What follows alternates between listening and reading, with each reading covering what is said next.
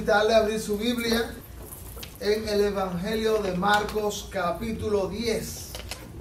Evangelio de Marcos capítulo 10. Cada encuentro del Señor Jesucristo con alguien fue una oportunidad para no solamente bendecir, orientar a una persona, sino que fue una oportunidad también para dejar un mensaje para el pueblo de Dios y para aquellas personas que confiarían en Él, como acontece con nosotros en el día de hoy.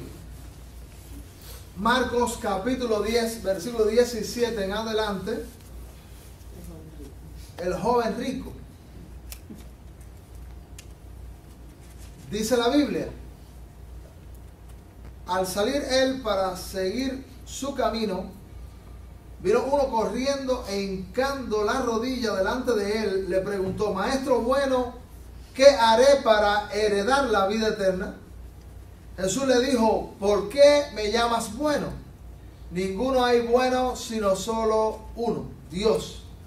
Los mandamientos sabes: no adulteres, no mates, no hurtes, no digas falso testimonio, no defraudes, honra a tu padre y a tu madre. Él entonces respondiendo le dijo: Maestro, todo esto lo he guardado desde mi juventud. Entonces Jesús mirándole le amó y le dijo: una cosa te falta, anda, vende todo lo que tienes y dalo a los pobres y tendrás tesoro en el cielo, y ven, sígueme tomando tu cruz. Pero él, afligido por esta palabra, se fue triste porque tenía muchas posesiones. Entonces Jesús, mirando alrededor, dijo a sus discípulos: cuán difícilmente entrará en el reino de Dios los que tienen riquezas. Los discípulos se asombraron de sus palabras, pero Jesús respondiendo volvió a decirles: hijos, cuán difícil es entrar en el reino de Dios a los que confían en las riquezas.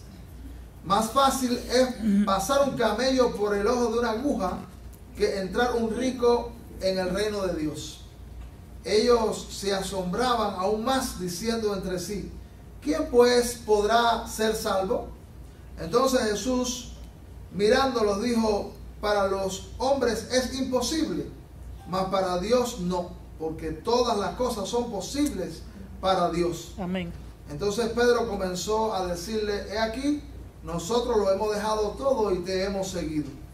Respondió Jesús y dijo: de cierto os digo que no hay ninguno que haya dejado casa, o hermanos, o hermanas, o padre, o madre, o mujer, o hijos, o tierras, por causa de mí y del Evangelio, que no reciba 100 veces más ahora en este tiempo, casas, hermanos, hermanas, madres, hijos y tierras, con persecuciones, y en el siglo venidero la vida eterna. Pero muchos primeros serán postreros, y los postreros primeros. Oremos una vez más. Señor, estamos muy agradecidos por la oportunidad de alabar tu nombre. Señor, quizá en este mundo hay personas que piensen que tú tienes que estar contento y agradecido que venimos a buscar de ti. Pero la realidad, Señor, que tú nos enseñas y que experimentamos es que nosotros somos los bendecidos. Nosotros somos los que necesitamos venir a adorarte, a buscarte. Nosotros somos los favorecidos. Nosotros tenemos que estar agradecidos que tú nos das la preciosa oportunidad de reconocerte, de adorarte y también de escuchar tu palabra. Pedimos que en este tiempo tú puedas calmar nuestros espíritus, puedas sosegar nuestra mente. Tú no solamente quieres tocar nuestras emociones, también quieres tocar nuestra mente, y que podamos reflexionar en tu palabra. Haznos bien en este tiempo. Haz los señalamientos que quieras hacer a nuestro corazón, a nuestra vida. Confróntanos con tu palabra. Concédenos, Señor, que podamos recepcionar, que podamos recibir lo que quiere transmitirnos y salgamos contentos porque tu palabra ha llegado a nosotros. Reprende la obra demoníaca. Quita los obstáculos que la carne ponen a la obra tuya. Todo lo malvado que no prospere en este tiempo. Que solamente prospere la obra de tu espíritu en este servicio. En el nombre de Jesús. Amén. Amado hermano, en muchas ocasiones podemos comparar la obra de Dios, la obra de Jesucristo sobre nuestro corazón, sobre nuestra iglesia y sobre este mundo como la acción del médico sobre el enfermo. Hay veces que hay personas que creen que necesitan algo, que su problema es alguno específico cuando van al médico, y luego que el médico diagnostica, quizás lo que estábamos pensando no era, sino que nuestra realidad puede ser otra. Muchas personas van al médico creyendo que su problema es uno y en realidad es otro. A veces menos de lo que pensaba, a veces más de lo que pensaba. Y Jesús habló de que los sanos no tienen necesidad de médicos, sino los enfermos. La humanidad está enferma y necesita del médico divino. Y el Señor tiene el trabajo de diagnosticar nuestros problemas, tiene el trabajo de diagnosticar nuestra enfermedad, tiene el trabajo de diagnosticar aquello que necesita que Él aplique su bálsamo, Él aplique su medicamento sobre nuestro corazón. Quizás nos es afortunado que comparáramos la obra de Dios como cuando vamos a un restaurante y pedimos lo que apetecemos, lo que queremos. Como ha dicho alguien, que no es el evangelio a la carta. Muchas personas creen que el evangelio es como lo que acontece con el restaurante. Pedimos según nos conviene y según nos gusta. No. Es la relación del enfermo y el médico, no la relación con el ¿cómo se llama? Con el mesero. El mesero, el que viene a atendernos. Yo me enfermé y en una ocasión me diagnosticaron 5 neumonías continuas por una mala práctica médica. Y ya como vi que era demasiado lo que me estaban diciendo, los médicos dijeron, eso ya es una situación muy preocupante. Haga estudios y vea qué es lo que está pasando. Y fuimos a uno de los mejores médicos, de los mejores hospitales que hay en Cuba, para que valoraran y me pasaron por el somatón, hicieron todo y fue un mejor trabajo. Yo había pensado que tenía problemas en los pulmones, pero el diagnóstico real era que debido a situaciones de estrés que habíamos pasado, los jugos gástricos se habían acelerado y me estaban entrando en los bronquios. Y yo pensé que era un problema el que yo tenía y era otro. Y eso me llevó a que me orientaran de acuerdo a lo que yo necesitaba y me aplicaran lo que yo necesitaba. Cuando nosotros vamos al médico, cuando usted va al médico y usted lo diagnostica, ¿usted se pone contento siempre? No. Cuando le dice que usted tiene un problema en su cuerpo, generalmente cuando vamos al médico y nos diagnostican, nuestra reacción es que no nos gusta. No son agradables noticias. Pero es para bien o para mal que el médico diagnostica tu situación y la mía. Es para bien. Es para bien. Entonces, la palabra de Dios y el Señor Jesucristo, que es el médico por excelencia, no solamente de los cuerpos, sino también de la situación espiritual en la que nosotros vivimos, que ha diagnosticado, ha señalado nuestros problemas, y a veces nosotros podemos venir buscando y decir, yo necesito que Dios haga esto, y el Señor nos orienta que lo que Él va a hacer es otra cosa, o lo que tú necesitas es otra cosa. ¿Cuál debiera ser nuestra relación frente al diagnóstico divino, frente a la palabra de Dios, frente a lo que el Señor dice. Si tú quieres buscar de Dios y tú en realidad tú no quieres autoengañarte, sino que tú dices, yo quiero al Dios de la Biblia, yo quiero la obra de su Espíritu, yo quiero a Dios sobre mi familia, yo quiero a Dios sobre mis hijos, yo quiero a Dios sobre toda la esfera de mi vida, tú tienes que ser honesto y decir, yo no voy a buscar y no voy a andar buscando lo que yo quiero, que quizás en muchas ocasiones puede estar equivocado, si no voy a estar recepcionando lo que Dios dice. Yo voy a estar verificando si esa palabra de Dios es lo que Él dice en realidad. ¿Cuántos decimos amén? Amén. Porque eso garantiza que la obra de Dios se hace efectiva sobre nuestra alma y sobre nuestro ser. Entonces, pensando en este suceso del joven rico, podemos pensar en el tema cuando el Señor apunta a nuestra necesidad. Cuando el Señor apunta a nuestra necesidad. Este joven vino con inquietudes. Este joven vino, su primera reacción, la de este joven que vamos a estar viendo, que muchos de ustedes han leído este texto de la Biblia, es loable lo que él pasa, lo que de momento encontramos, es loable, es digno de imitar la primera reacción del joven. Es lamentable que la historia no termina felizmente. No sé si el joven, no hay ningún dato bíblico, nos dice el futuro, la vejez de ese joven. Ojalá que ese joven haya cambiado de actitud. Pero empieza bien la historia que encontramos, este encuentro del Señor Jesucristo con el joven, pero es lamentable la reacción del joven frente a la palabra del Señor en un momento.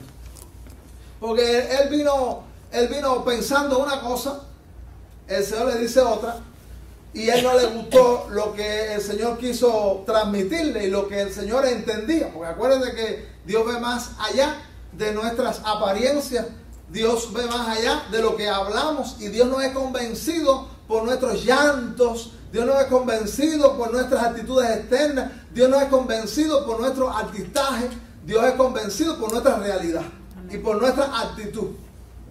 ¿No es así? Si usted pudiera ver más allá de las apariencias, usted fuera convencido por las apariencias, usted fuera convencido por la realidad. Bueno, ese es el caso de Dios.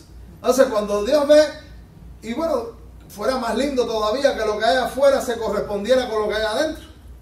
Pero muchas veces lo que hay afuera y lo que podemos nosotros exteriorizar no es lo que hay adentro. Pero Dios es convencido por lo que hay adentro. Amén. Y entonces encontramos, dice el versículo 17, vamos a mirar otra vez la escritura. Vaya conmigo, no cierre su Biblia, ayuda al que tiene al lado. Dice la Biblia, al salir él para seguir su camino, hablando de Jesús, vino uno corriendo. Lo primero que encontramos es un joven que viene apremiante, un joven que viene apresurado, un joven que ha entendido que su situación, su problema necesita atención urgente. Cuando nosotros nos apresuramos a una emergencia, hay una situación que necesita de inmediatez. Entonces las cosas de Dios no deben ser postergadas. Mañana me consagro, mañana claro esas dudas, lo resolvemos en el futuro. Todo lo que es relacionado con Dios, con lo espiritual, requiere inmediatez, requiere urgencia. Nosotros debemos apresurarnos a que lo que el Señor quiere hacer en tu vida se haga hoy. Porque hay muchas cosas lindas, buenas, positivas que tú quisieras que pasaran en tu vida, que no pasarán si no hay la reacción adecuada tuya para Dios. Tú dando, Dios obrando. Y eso requiere de urgencia. Bueno, ¿qué puede haber en nuestra vida hoy que nosotros decimos, Señor, yo he postergado tanto? Yo he dejado que pase el tiempo tanto para hacer algo que tú hace tiempo me vienes demandando y yo no me he apresurado. Yo no he corrido a ti para que tú puedas hacer eso. Bueno, hoy es un día que nosotros podemos imitar ese primer aspecto que encontramos en este joven, corriendo. Ese joven venía corriendo, dice la Biblia, y lo otro que encontramos en la reacción de este joven en esta primera acercamiento, dice, e hincando la rodilla, delante de él le preguntó. Así que lo segundo que hizo, ¿qué fue? Se hincó de rodillas. Tú sabes que Jesús no era una persona que tenía buena reputación en este tiempo. En sentido general, Jesús no era un maestro popular.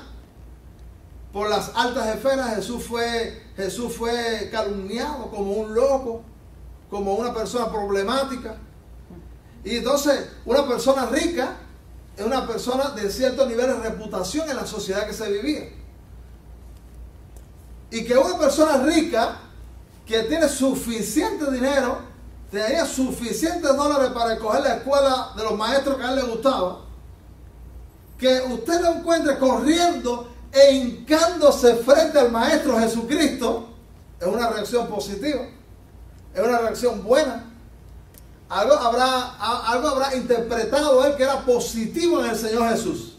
Bueno, es bueno que nosotros reconozcamos al Señor y nos hinquemos de rodillas y manifestemos humildad y reconocimiento a su grandeza. Amén. Es otro aspecto positivo y loable de lo que el joven viene a hacer. Así que estaba en ese espectáculo, salió corriendo el joven, se tiró de rodillas y dice: maestro. ¿Era verdad? Jesús es un maestro. Dice: maestro bueno, ¿qué haré para heredar la vida eterna? Entonces, lo otro que encontramos es que este joven tiene inquietudes espirituales, tiene inquietudes teológicas, tiene inquietudes doctrinales. Cuando nosotros nos interesamos en las cuestiones espirituales, eso es buena reacción. Cuando nosotros nos interesamos también, no solamente en el presente, sino también en el futuro, puede acontecer que la salvación llegue a esa alma. Así que hay inquietudes en este joven, inquietudes buenas.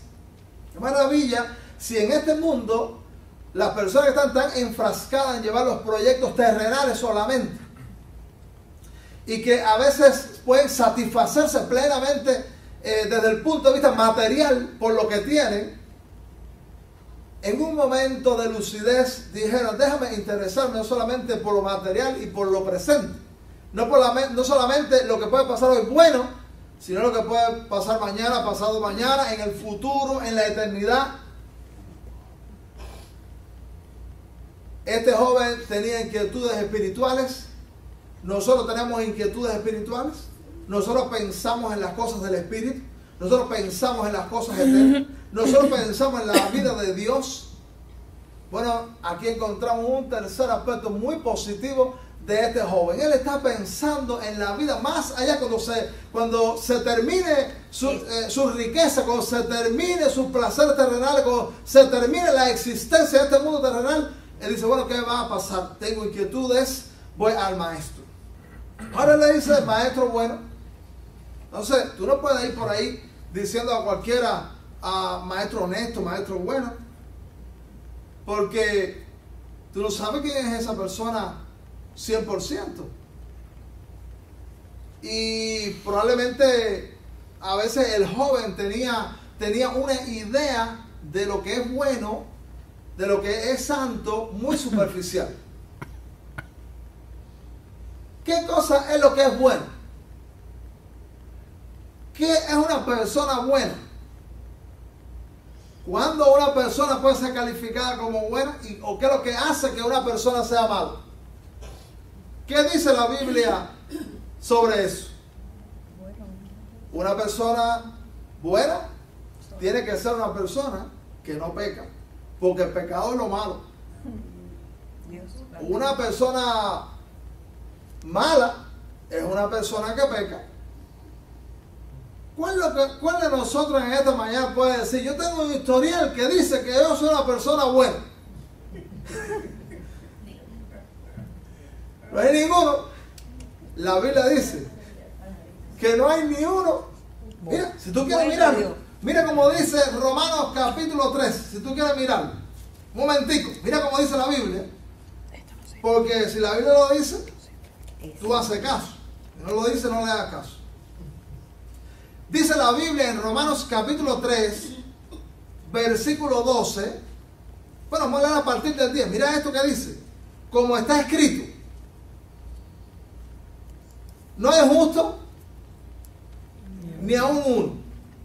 No hay quien entienda, porque fíjese, el pecado afecta el entendimiento. No hay quien busque a Dios. Fíjese, por iniciativa propia.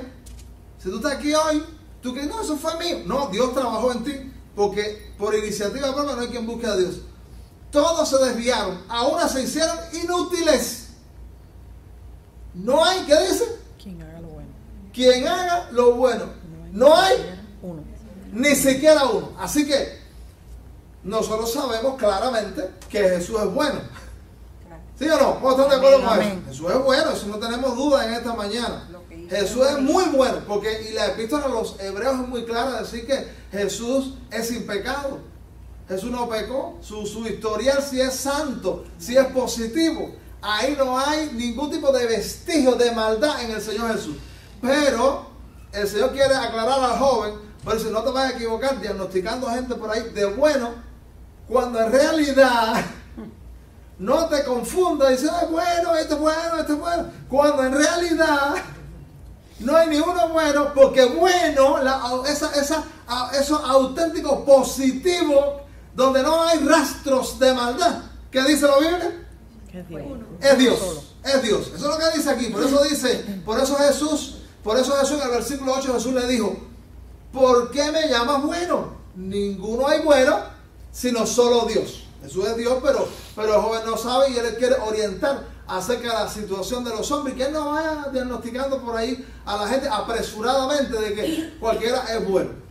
Así que este joven tiene actitudes positivas, tiene inquietudes teológicas, algunas cosas no tan claras teológicamente, como uno no sabe la vida eterna, no sabe lo que son buenos en realidad, pero el Señor viene orientando al joven referente a su asunto. Y entonces el Señor comienza por tratar de ayudar al joven a encaminarse en las inquietudes teológicas. Tú sabes que una cosa que cuando yo daba clase en el seminario conocí a un pastor que él aprovechaba cuando le da...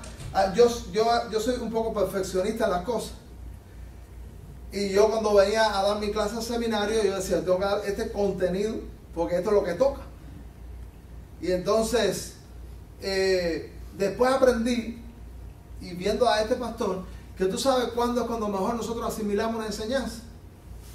¿Cuándo es cuando tú mejor asimilas un contenido y lo aprendes? Cuando te cae la duda, cuando te cae la inquietud.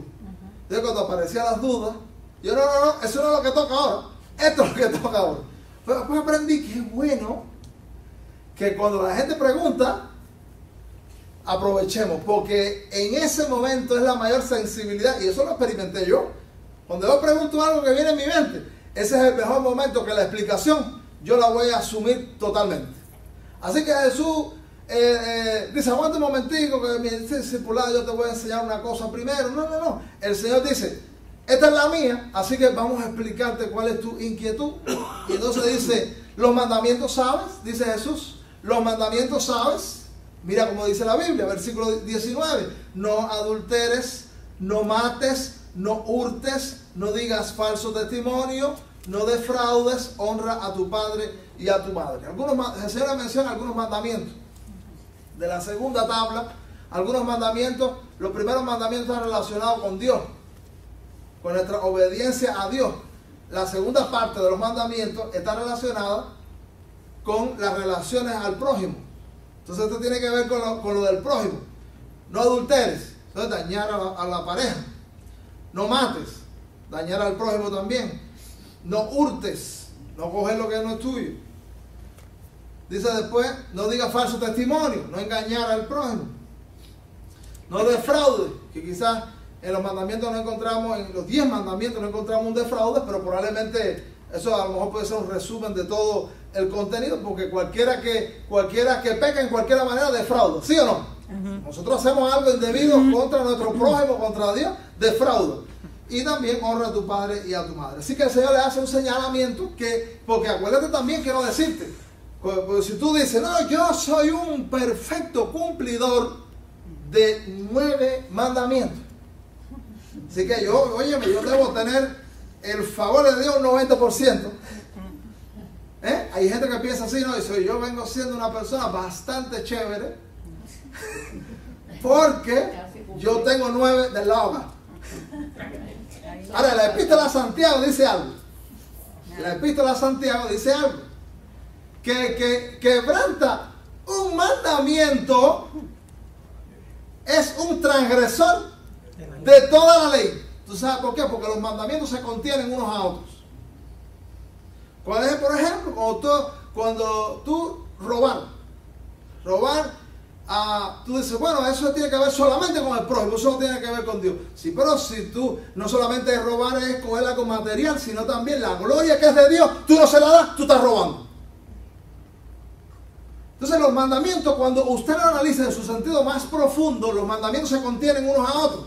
Por eso, quien quebranta uno, quebranta toda la ley. Y entonces Jesús le llama la atención sobre la ley. Entonces, ahora, pero ¿por qué Jesús hace esto sobre la ley? Es una pregunta muy interesante teológica, porque nosotros lo podemos decir, ¿qué haré para heredar la vida eterna? Bueno, acepta al Señor, vamos a hacer una oración, tiene que tener fe, tiene que tener arrepentimiento. Eso está bien. El Señor a veces va por otros caminos para indicarnos cuál es el camino a la vida, cuál es el camino a Dios, cuál es el camino a la conversión. Y acuérdense que estamos hablando de que la Biblia que tenían esta gente, ¿cuál era? El Nuevo Testamento no está, la Biblia es del Antiguo Testamento, en un contexto judío. Así que Jesús, que es el maestro de los maestros, dice, vamos a usar, porque la Biblia, el Nuevo Testamento y el Antiguo Testamento, nunca usted vaya a pensar que eso es contradictorio. No. El Antiguo Testamento contiene al Nuevo escondidito y el Nuevo contiene al Antiguo revelado. El Nuevo nos explica todo el contenido antiguo testamentario. El Antiguo tiene ese contenido, pero lo tiene allí detrás de sus historias y todo aquel contenido. Quien quiere entender el Antiguo Testamento tiene que entender el Nuevo, tiene que estudiar el Nuevo.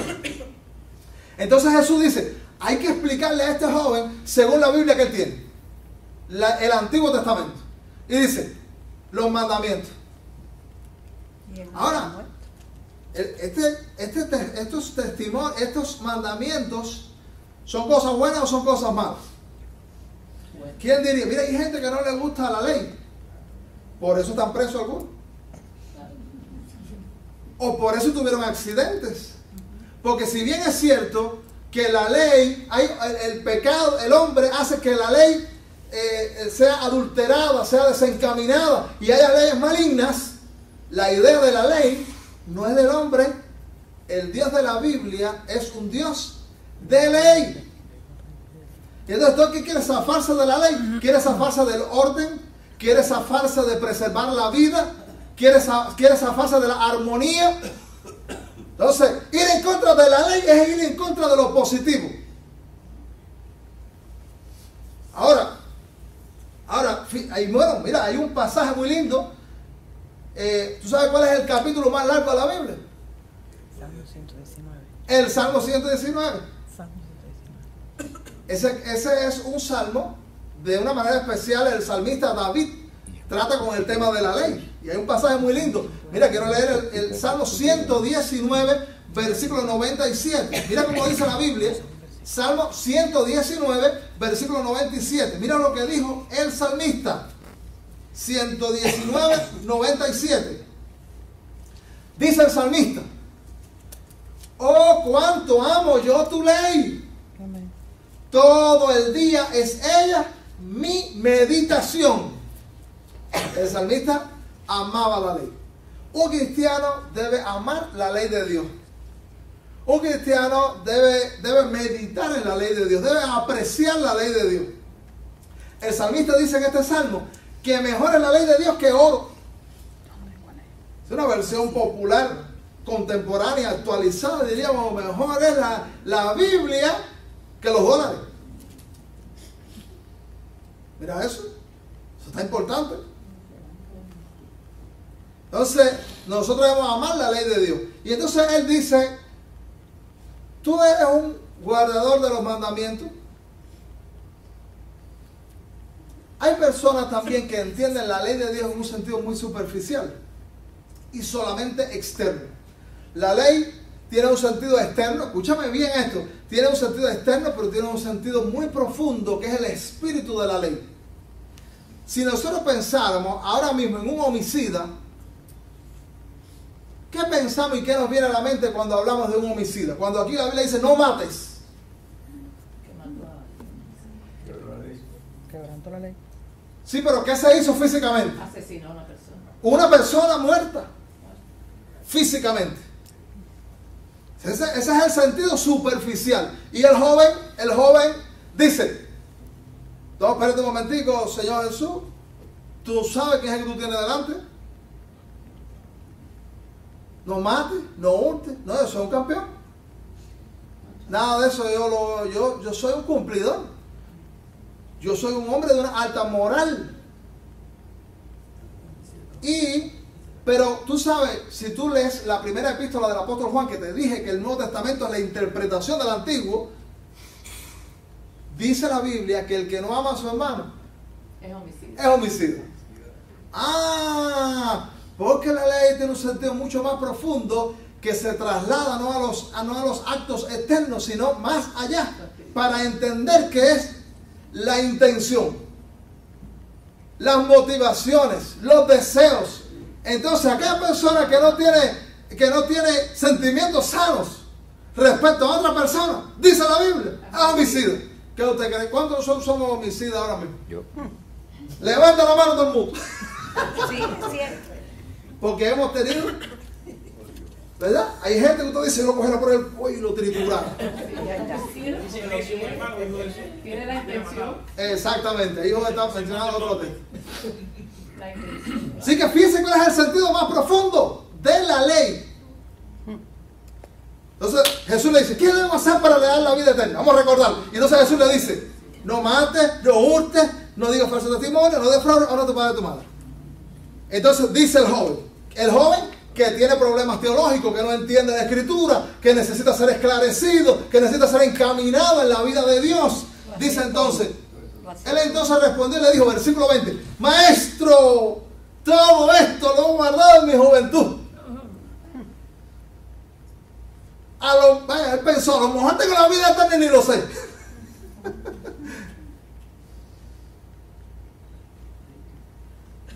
Ahora, ¿por qué Jesús también comenzó con la ley? ¿Quién puede? Ya hemos aprendido y lo hemos dicho. ¿Quién es un guardador de la ley de Dios en este mundo? ¿Qué hombre nace y en algún momento empieza a guardar la ley de Dios, a no ser que Dios obre en su corazón? Los hombres de este mundo. Nosotros en una etapa de nuestra vida. Eso no es posible. A lo mejor alguien dice, bueno, quien guarda los mandamientos de Dios en algún momento debe ser recibido con bombos y platillos allá en el cielo. Debe ser aceptado. De ninguna manera. Porque los mandamientos de Dios nos salvan. Cuando Jesús le está diciendo al joven, que él pregunta, ¿qué debo hacer para dar la vida eterna? Dice, no hagas esto, no hagas esto, no hagas esto. Jesús lo que quiere es que él se dé cuenta, que él despierte, que él vea su realidad espiritual. ¿Qué me estoy explicando? Claro, Sí. sí. Porque la ley es como un espejo. Yo pongo el ejemplo que la ley es un espejo. Como ustedes amanecieron hoy y se miraron al espejo, todos los pelos de esos estaban virados al revés. ¿Ah? Los ojos. Pero el espejo no le peina. El espejo no le lava. El espejo no le pinta la cara. El espejo nada más dice cuál es tu situación. Entonces la ley dice cuál es la situación. Cuando tú te miras frente a la ley de Dios y tú ves todas esas cosas lindas que Dios dice, no mates, no defraudes, no esto, no lo otro, lo que tú te vas dando cuenta es que tú tienes problemas, que tú eres un transgresor de la ley de Dios, que tú tienes maldad en tu corazón. Por eso Jesús, cuando él dice, ¿qué debo hacer en la vida? No mates, no. A veces se despertaba y decía, caramba, tengo problemas. ¿Quién me puede ayudar con esto que me descalifica para el cielo? Que me descalifica para estar con Dios, que me descalifica para la eternidad. Eso es lo que Jesús quiere decir. Porque si hay alguien que dice, bueno, yo en un momento, si pudiera ser, que no puede ser, que alguien en un momento por su esfuerzo y su dominio propio diga, guardé la ley de Dios. Sí, pero ¿y quién resuelve la historia de pecado anterior? Está bien, empezaste a caminar ahora, pero ¿y lo otro? Eso necesita de un salvador, eso necesita de alguien que te perdone, eso necesita de alguien que lo tome bajo sus, lo tome sobre sus hombros. Sangre. Entonces, los hombres estamos en grandes problemas. El joven rico estaba en grandes problemas. Y él quiere, dice él, que él quiere estar con Dios, que quiere estar en el cielo un día, que quiere tener el favor del cielo. Pero Jesús le dice, mira los mandamientos, pero no, él se cree un tipo que tiene los problemas resueltos en su vida. Pues nosotros creamos muchos problemas. Nosotros somos víctimas, víctimas. También somos victimarios. Porque tú dices en esta mañana, ay, todo lo que me han hecho, Lo que tú... me han desbaratado. Tú has visto todos los palos que me han dado y toda la gente que actúa mal conmigo. Sí, pero ¿tú crees que es la gente contigo nada más? Uno como yo. No. La Biblia dice que tú también has dado palos. Amén. Todos nosotros hemos dado palos. Somos víctimas y somos victimarios. Porque el pecado mete a los que están alrededor nuestro en problemas y nos mete a nosotros en problemas. Entonces, por eso necesitamos al Señor. Por eso necesitamos al Salvador del mundo. Entonces, lo que la ley tiene la intención, lo que Jesús le está diciendo es que Él tenga la intención de decir, ay, yo tengo un problema que no he podido resolver. Aunque yo soy una persona que aparentemente me conduzco bien dentro de la sociedad, en realidad yo soy otro más que necesita de una ayuda, de algo más grande, de algo más poderoso. Y ese era el Salvador del mundo. Pero Él se autojustifica. Él se autojustifica. Tú sabes que los autojustificados no van a ninguna parte. Los autojustificados no van a ninguna parte. Cuando yo estaba en una iglesia donde el énfasis de mucha gente era, yo estoy bien espiritualmente. Yo estoy bien espiritualmente. Cada vez que iba a meterle candela a la otra gente, yo estoy bien. Vamos a estar mal, pero estoy bien. Y yo estaba mirando y yo digo, eso dice la crisis que hay.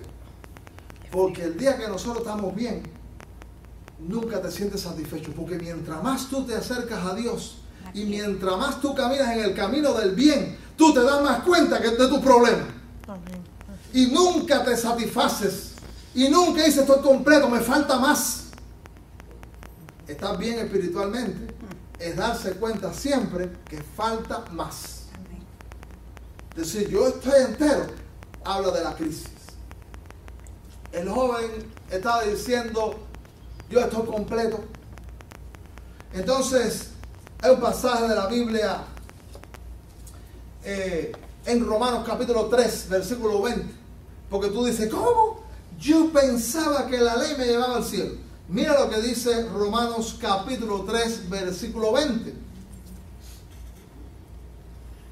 Apunta esto, que esto está muy importante.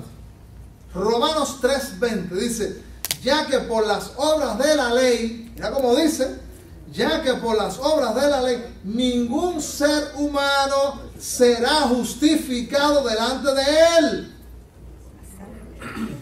Y añade, porque por medio de la ley es el conocimiento del pecado.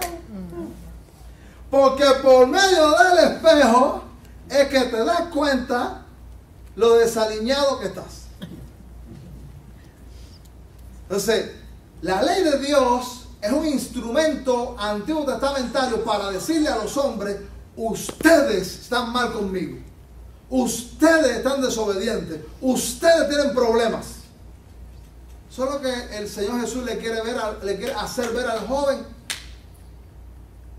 Lo dice aquí, Romanos 3:20. Por medio de la ley es el conocimiento del pecado.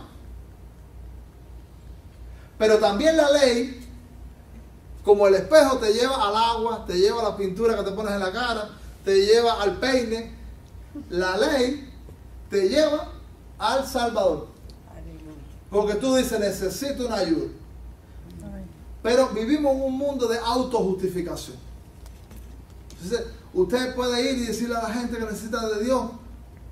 ¿Usted sabe cuál es la historia que hay del hospital de la ancianita? Que yo les hice. Ni hijo, no. Yo nunca, jamás he pecado. ¿Sí me dijo? Le explicamos del 1 al 10 lo que es el pecado. Estaba tu pilla completa. No, jamás he pecado. Yo lo pensé. ¿Tú crees que alguien que cree que no tiene problemas va a buscar a Dios? Por eso el Evangelio también, mira, y te voy a señalar algo más. Esto que Jesús le dice de guardar y de hacer y de todo esto y muchas cosas otras que Jesús le dice al joven, tiene que ver con el diagnóstico que hablábamos ahorita. El médico diagnosticando.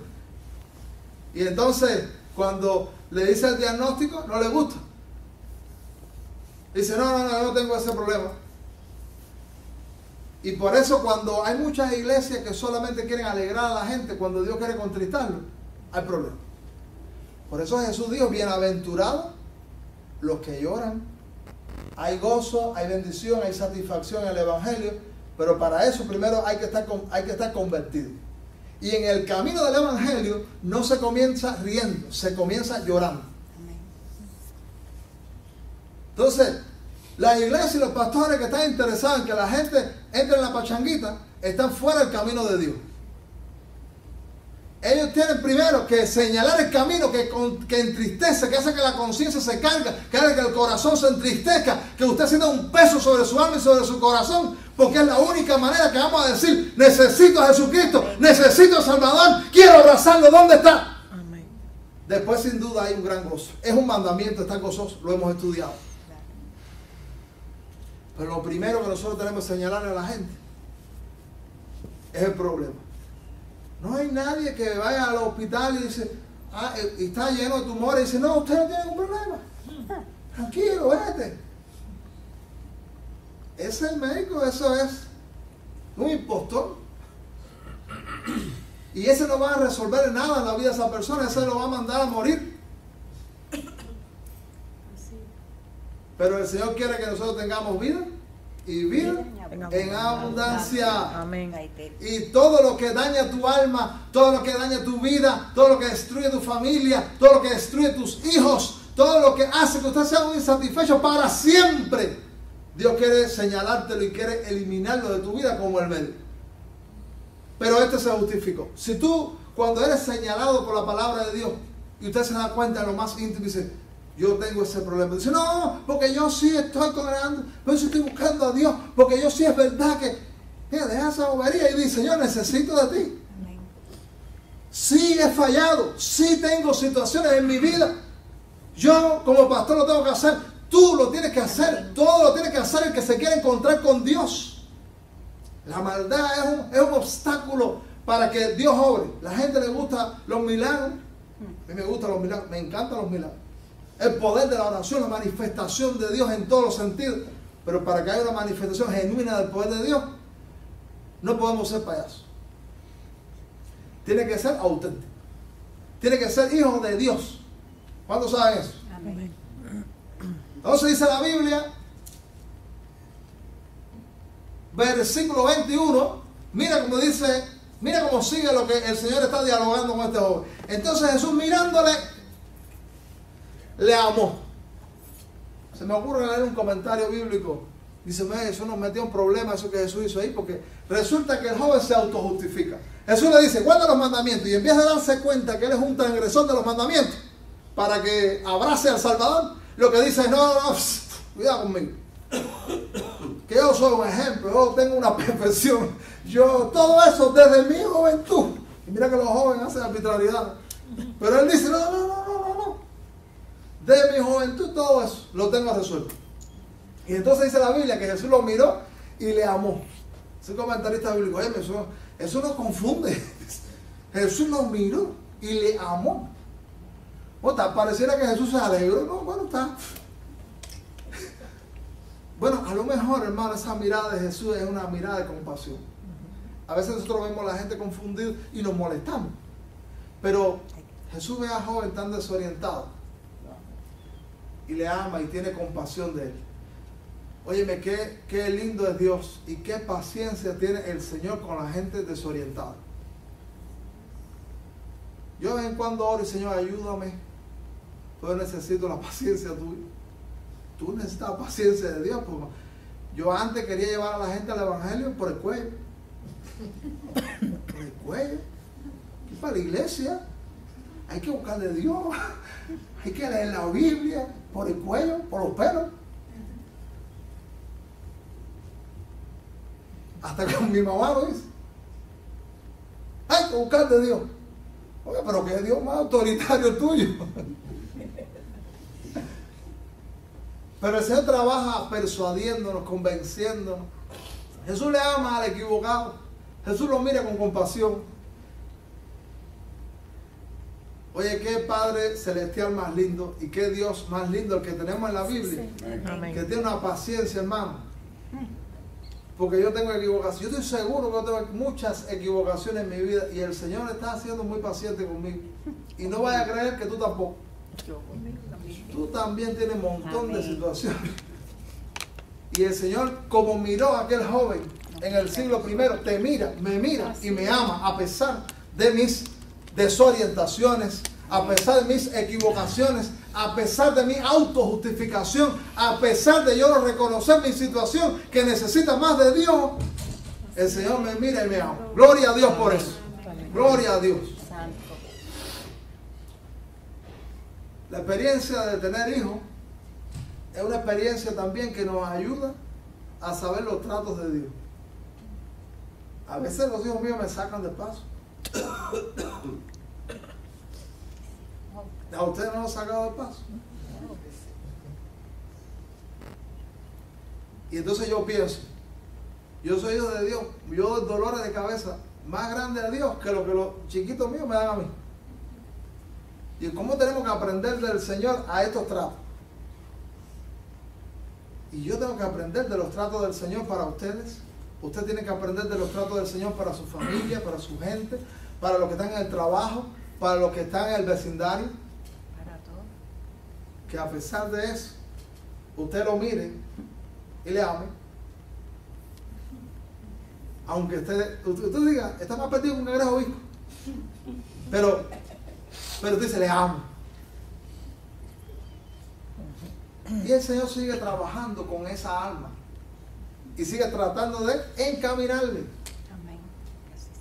Entonces, dice la Biblia, mirándole al amor, le dijo, una cosa te falta.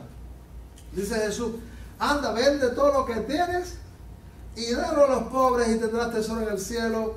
Ven y sígueme tomando tu cruz. Ese es el señalamiento, el diagnóstico fundamental para aquel joven. Con eso que ese joven tenía. ¿Tú sabes cuál es el problema del joven? Que su Dios era las riquezas. Su Dios era todo lo que él había ganado. Jesús no le dice a todos los ricos, vende todo lo que tiene y dale a los pobres. Eso no es una norma para todos los ricos. Eso fue para el joven rico. Porque Abraham fue rico y Dios lo prosperó muchísimo. Y Dios no le dijo, vende todo eso. La riqueza que tuvo Salomón, ¿de qué tú te piensas que era? De Dios. Aunque después terminó muy mal y puso su corazón en eso. Pero Dios le dio. Pero lo que quiero decirte es que este es el señalamiento para el joven.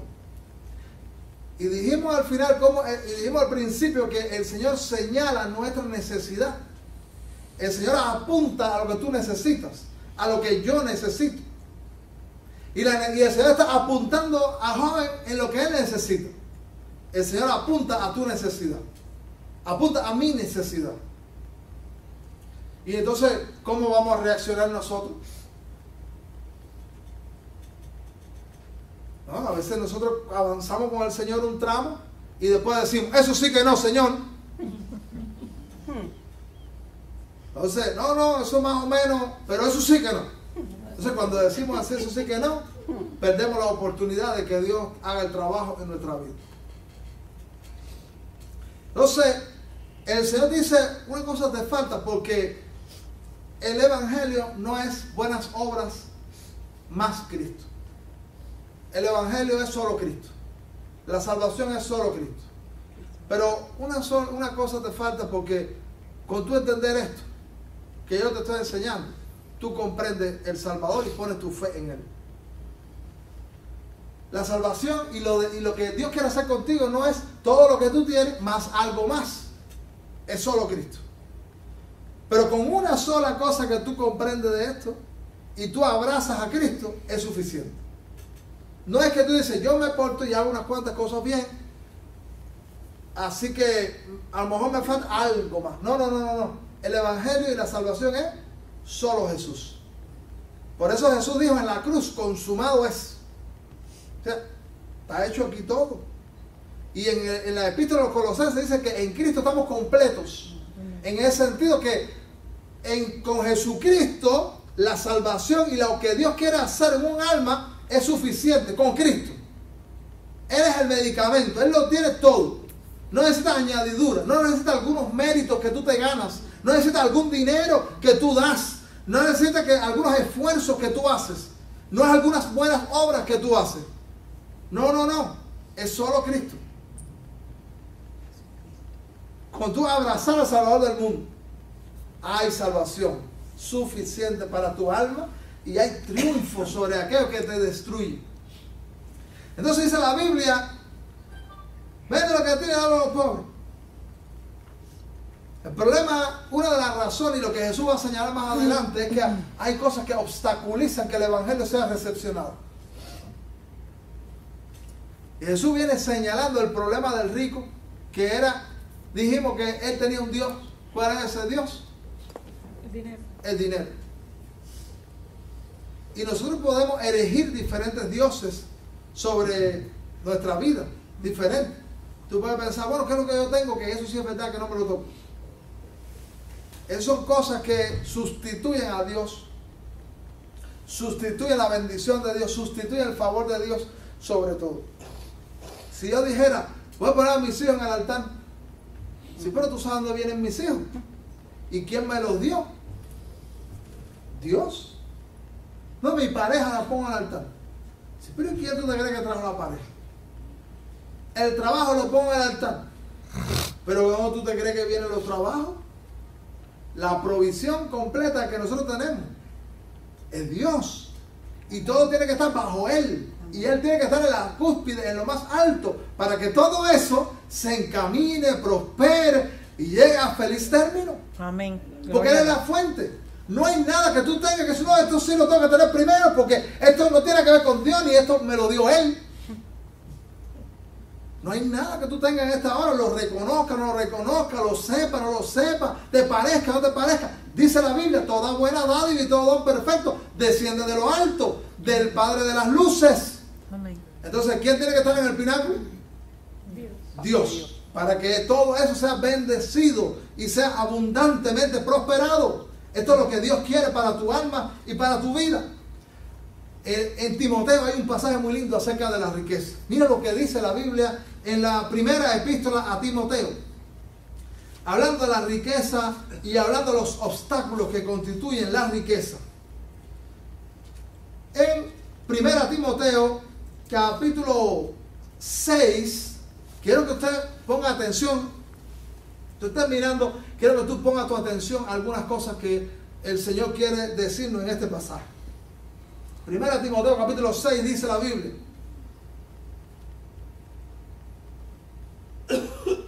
Versículo 6:6, voy a empezar a leer, dice, pero gran ganancia es la piedad, acompañada de contentamiento. ¿La piedad qué cosa es? El buen proceder. Versículo 7, porque nada hemos traído a este mundo y sin duda nada podremos sacar. ¿Qué tú te crees que te va a llevar? Versículo 8, así que teniendo sustento y abrigo, estemos contentos con esto.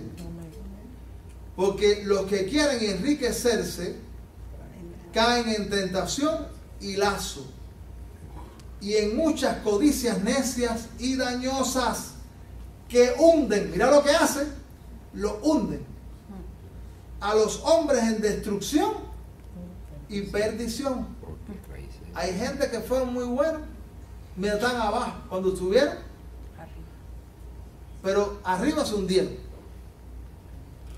Dice, versículo 10, porque raíz de todos los males es el amor al dinero, el cual, codiciando algunos, se extraviaron de la fe y fueron traspasados de muchos dolores. La riqueza es un engaño que puede destruir una familia, puede destruir un matrimonio, que puede destruir una iglesia.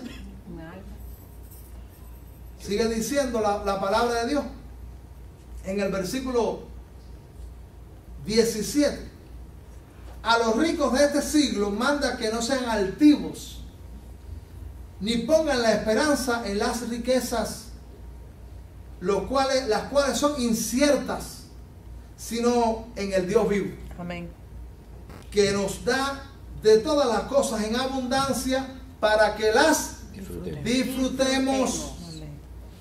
que hagan bien, que sean ricos en buenas obras. Amén.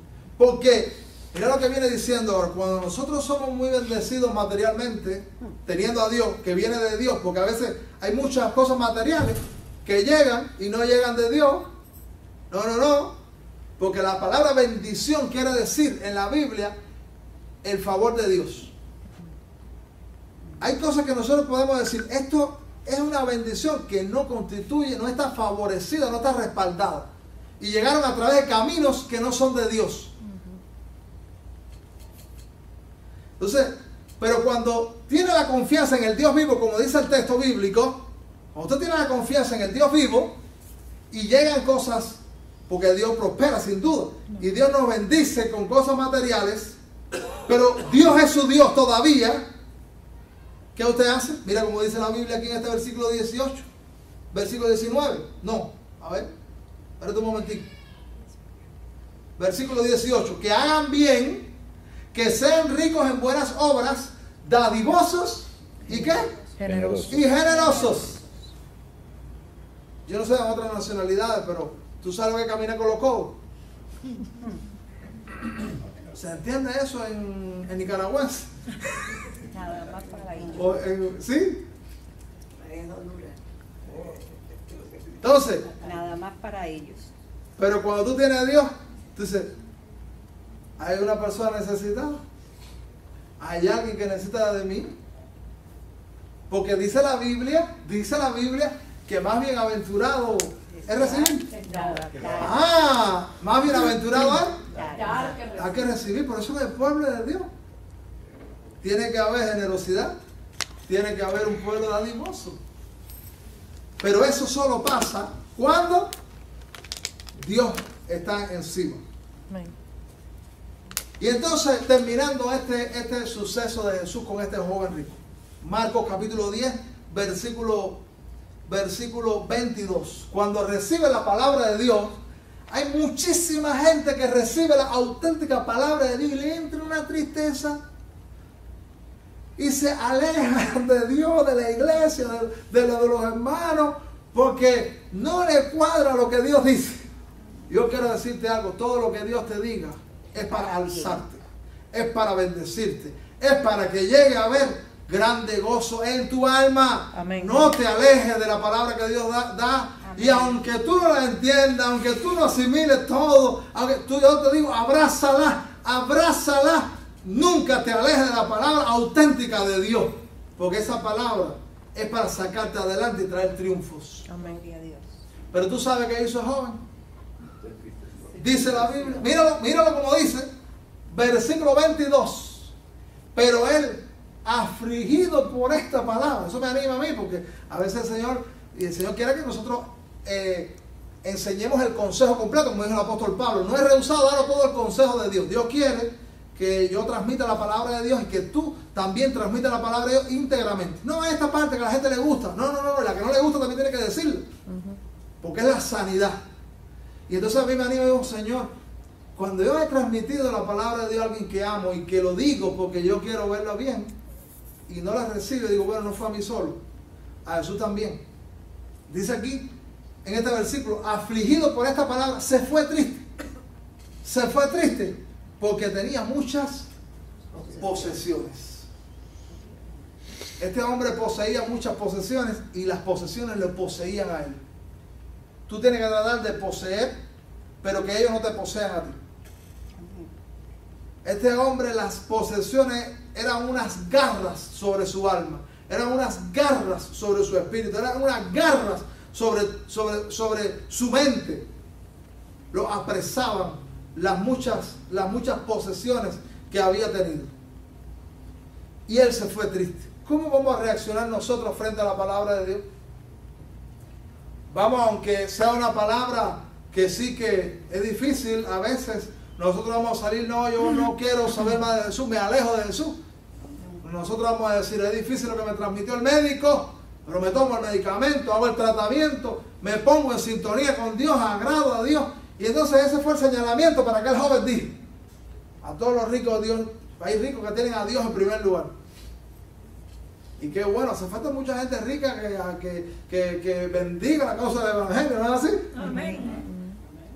Es bueno, si Dios te hace rico a ti. Amén. Y entonces tú puedes repartir Biblia y puedes colaborar con las misiones y puedes hacer mil cosas. Amén. Pero Jesús señala lo que él llega a ser un Dios sobre nuestra alma. ¿Y qué Señor puede señalarnos a veces? Puede ser muchas cosas, no solamente la riqueza. Donde el Señor dice, tiene que ponerlo. A lo mejor si el joven llega allí teniendo a Dios en primer lugar, Dios no le dice vende la riqueza. No tenía problema. Porque es bueno que haya gente con posesiones que pueda ser usado para la obra de Dios. Pero ese era el problema de él. Nosotros tenemos otro problema, que el Señor nos confronta con la palabra de Dios.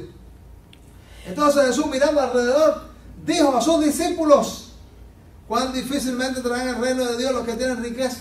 ¿Por qué? ¿Por qué los que tienen riqueza les es difícil? Porque tiene que pasar obstáculos y tiene que poner en segundo plano un montón de cosas.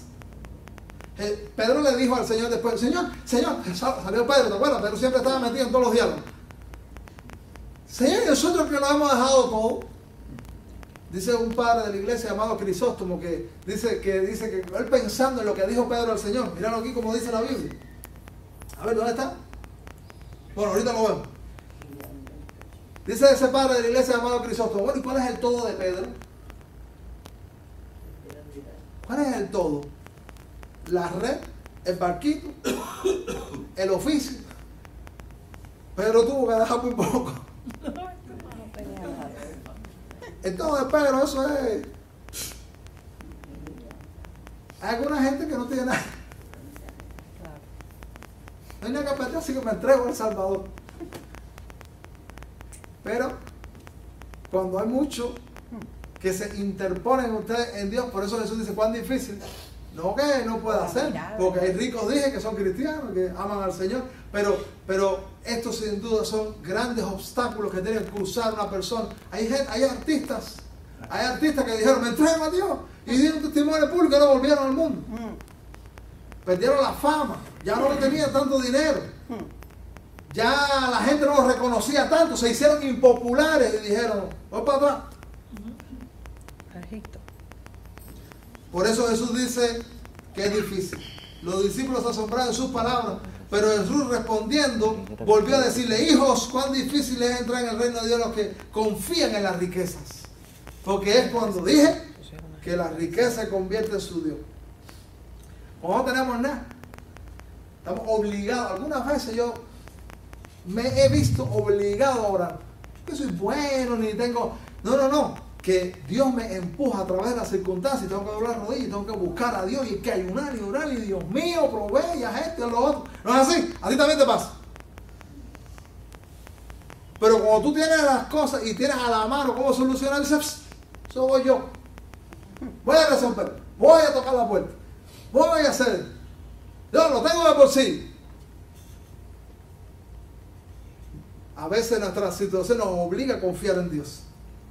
Más fácil, dice Jesús, más fácil es pasar un camello por el ojo de una aguja que entrar un rico en el reino de Dios. Hay algunos comentaristas que acerca de ese texto, hace años leí, hay un sacerdote católico llamado Fray Beto, que se ha hecho muy famoso en América Latina y le hizo una entrevista a Fidel. No sé cómo me disparé el libro, pero me disparé algo de él. Y entonces en el libro él dice, no, porque esto de que un camello hueco una aguja se trata de que la aguja era una puertecita en la antigua Jerusalén y que el camello tenía que bajarse y deshacerse de algunas cargas para pasar. Yo estuve investigando sobre eso años después, que esa era una información falsa. Porque la puertecita que apareció en Jerusalén apareció en la Edad Media. Y que Jesús está hablando en el primer siglo. Que Jesús está hablando de que la aguja literalmente no se puede pasar un animal por ahí.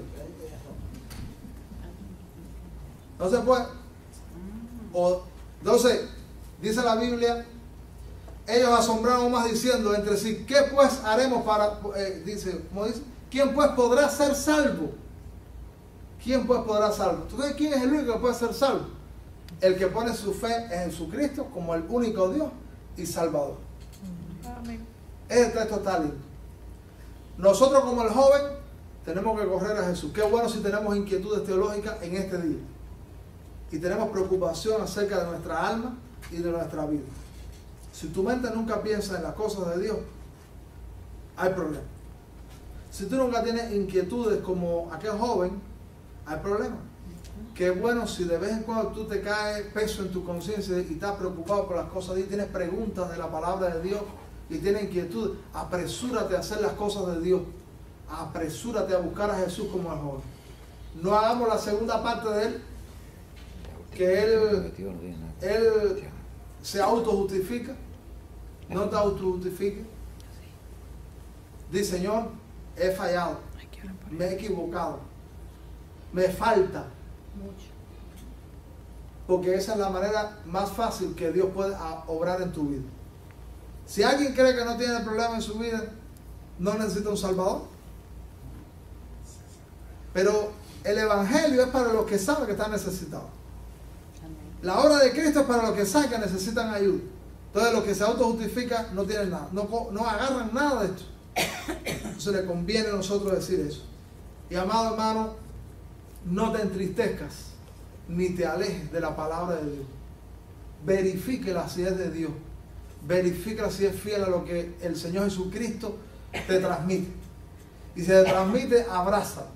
Dile a Dios, Señor, yo no tengo fuerza, yo no tengo deseo. Mejor ser honesto, cuando no tengo deseo. Como aquel hombre que frente al milagro, Jesús le dijo que si creía, y le dijo, Señor, ayuda a mi incredulidad. Tú puedes decir, yo no me da deseo de asimilar eso, no me da deseo de abandonar algunas cosas que el Señor me señala en mi vida, no me da deseo, pero Señor, yo vengo a tu altar, no tengo ninguna fuerza, no tengo ningún apasionamiento por hacer lo que tú me dices, ayúdame.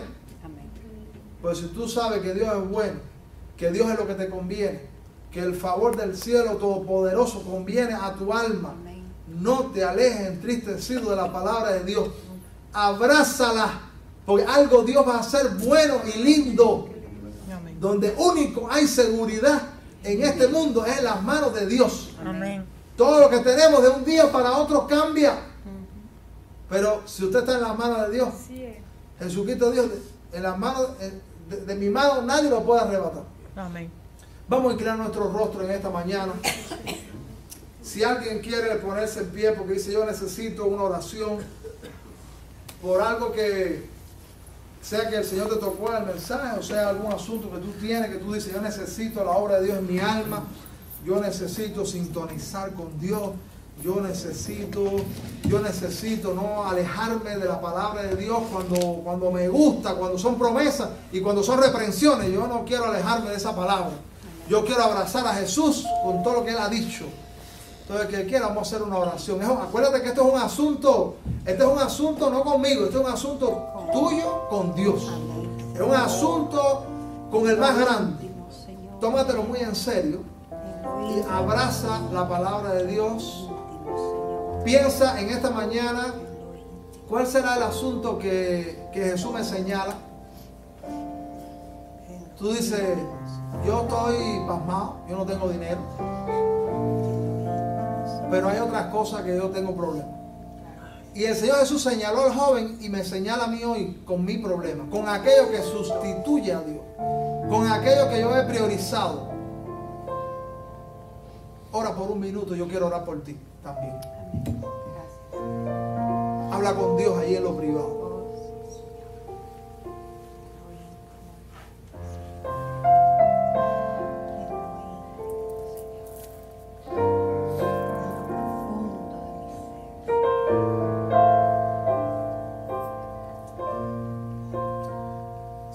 bueno es alabar tu nombre. Señor, tu palabra tiene promesas, nos señala, tu palabra nos inquieta, tu palabra nos orienta. Queremos hacer como el salmista, amamos tu ley, amamos todo lo que dices. Ayúdanos que en esta iglesia abracemos tu palabra. Abracemos las promesas, abracemos los dones, abracemos las manifestaciones tuyas, pero también abracemos cuando nos reprendes, cuando nos corriges, cuando nos confrontas, porque es la única manera que tú puedas hacer más y más y más en las familias, en los corazones. Señor, queremos tu bendición en este día. Arranca de nosotros aquello que nos aleja de ti, aquello que nos aleja de Jesús, aquello, Señor, que impide el fluir de tu espíritu en nuestro corazón, en nuestra alma. Señor, queremos correr a ti, queremos que nuestra mente esté inquieta por tu palabra, por las verdades espirituales, por las verdades eternas, y que cuando recibamos de ti, digamos, Señor, quiero quedarme aquí para ponerme en el altar